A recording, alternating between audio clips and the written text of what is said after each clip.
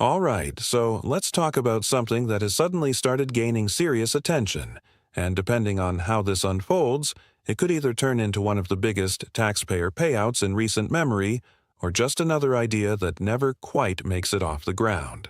The $5,000 DOGE refund check is now being discussed across media, politics, and online communities, and a lot of people are confused about what it actually is, who could get it, and whether it's even real or just hype.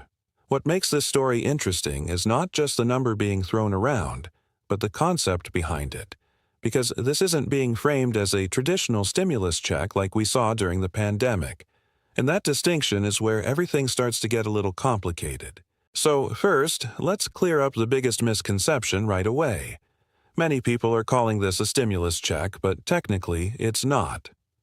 When we talk about stimulus payments, we're talking about money that the government sends out to boost spending during economic downturns, like what happened during COVID-19, when millions of Americans received direct payments to help keep the economy moving.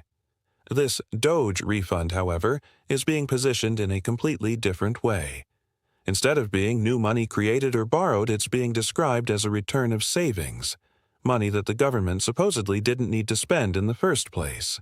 The idea centers around something called the Department of Government Efficiency, often shortened to DOGE, and yes, the name itself has sparked a lot of curiosity and debate.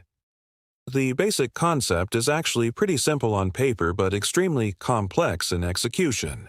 The goal of DOGE is to identify wasteful government spending, cut it out, and then return a portion of those savings directly back to taxpayers. Now here's where it gets interesting. According to the proposal, about 20% of those savings would be distributed to tax-paying households in the form of refund checks. Now, the person who has been pushing this idea forward is James Fishbach, and he has been very vocal about the potential impact of this plan. Based on his estimates, if DOGE were able to reach a massive savings target of $2 trillion, then around 79 million tax-paying households could receive checks worth about $5,000 each. And let's be honest, that number is what's grabbing everyone's attention, because a $5,000 payment is not small by any standard. For many families, that could cover months of expenses, pay off debt, or even act as a financial cushion in uncertain times. But here's the part where reality starts to set in. That $2 trillion savings target is extremely ambitious, and as of now, DOGE claims to have identified only around $55 billion in potential savings. Now, while $55 billion is a huge number in everyday terms, in the context of this plan, it's only a tiny fraction of what's needed to actually fund those $5,000 checks. And that gap is raising serious questions about whether this plan is even financially achievable, or if the final payout, if it ever happens, would be much smaller than what's being discussed right now. Another major point of confusion is who would actually qualify for this refund, because this is not being described as something that would go to everyone. Unlike pandemic stimulus checks, which were sent to a broad range of people including many low-income households and retirees, the DOGE refund is being framed specifically as a tax refund. That means eligibility would likely depend on whether you are actively paying federal income taxes. So, if someone doesn't file federal taxes or typically receives more in credits than they pay in taxes, they might not qualify at all. And this is where the controversy really begins to grow, because a large number of Americans fall into that category.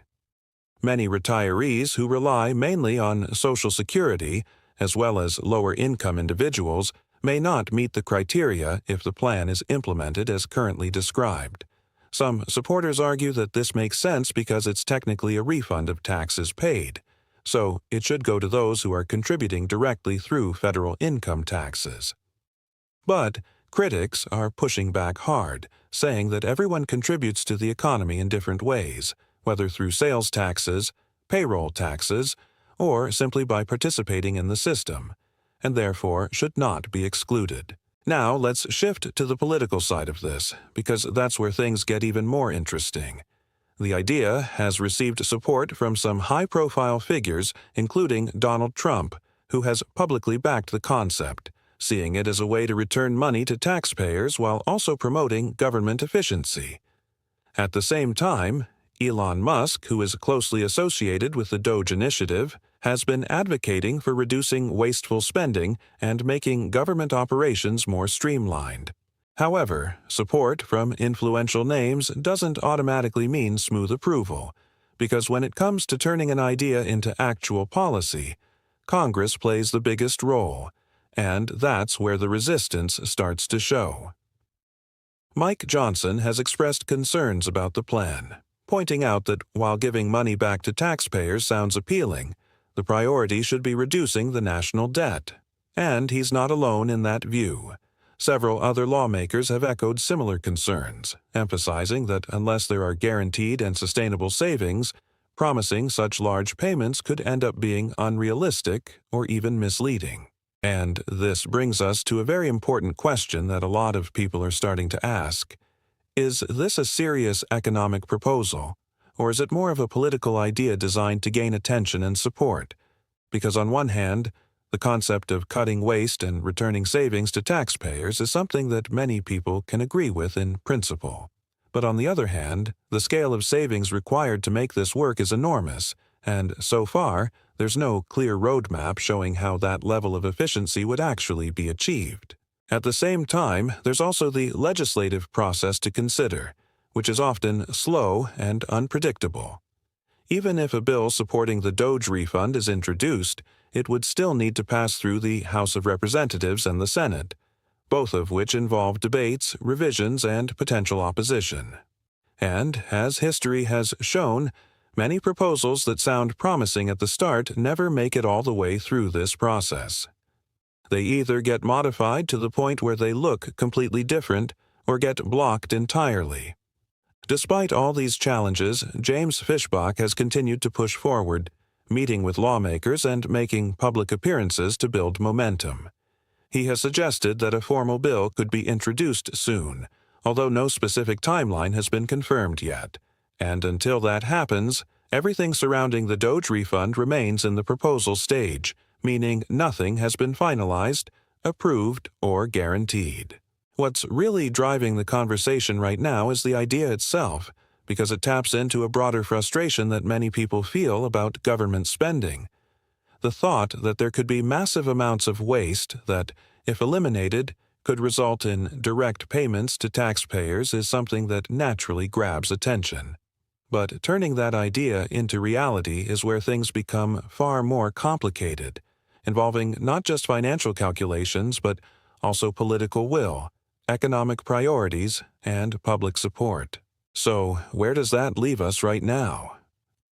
At this moment, the $5,000 DOGE refund check is not something that people can rely on or expect in the near future. It's a concept that is gaining traction, sparking debates, and generating headlines, but it still faces significant obstacles before it could ever become a reality. There needs to be a clear plan for achieving the required savings, a formal bill introduced and passed by Congress, and agreement among lawmakers on how the funds should be distributed. And until those pieces fall into place, this remains an idea with potential, but also with a lot of uncertainty. Some people are hopeful that it could lead to meaningful change and put money back into the hands of taxpayers, while others remain skeptical, viewing it as overly ambitious or politically motivated. Either way, it's definitely a story worth keeping an eye on, because if anything changes, it could have a significant impact on millions of people. Now, the real question is what you think about all of this, because opinions on this topic are all over the place. Should the government focus on cutting spending and returning money directly to taxpayers, or should the priority be reducing national debt and stabilizing the economy long term? And if this refund does move forward, should it be limited to certain taxpayers or expanded to include a broader group of people? That debate is only just getting started, and the outcome could shape how policies like this are approached in the future.